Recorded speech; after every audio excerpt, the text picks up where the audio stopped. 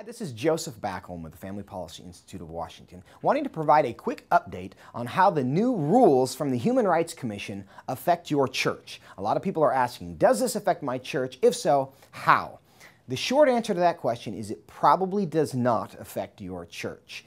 The non-discrimination law that this rule is part of has an exemption for religious organizations, and your church is probably exempt under that religious organization exemption. That being said, there is a way for the activity of a church to be done in such a way that you move outside of the religious organization exemption and you become effectively a public accommodation, which is what the rule requires.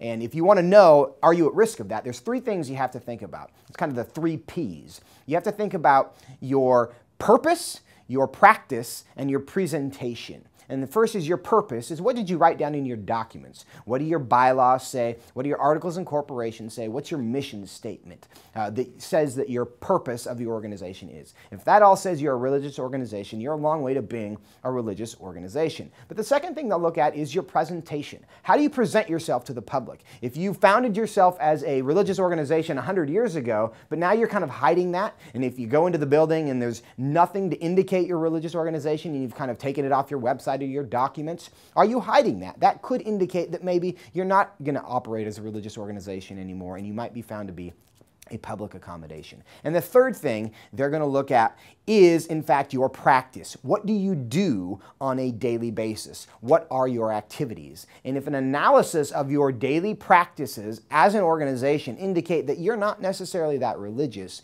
you could find yourself outside the protections of the religious organization exemption and be covered by this law as a public accommodation. The further away you move from the actual church building, the more risk there seems to be. Things like camps or daycares or schools that are connected to churches sometimes can begin to operate in a way that make them a public accommodation. And at least one school was found to no longer be a Christian school despite its label and its documents because they had determined that they were no longer engaged in religious instruction. They had gone to kind of moral teaching and ethical teaching. So, all that to say, there is no bright line rule that determines whether you're a religious organization or a public accommodation, but most churches are religious organizations and therefore exempt from this rule.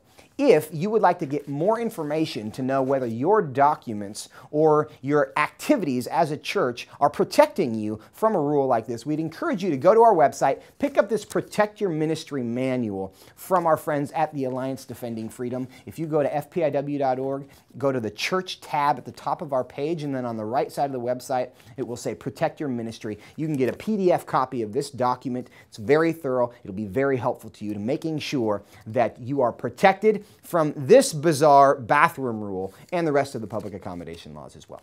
If you have any more questions, go to fpiw.org or send us an email at info@fpiw.org.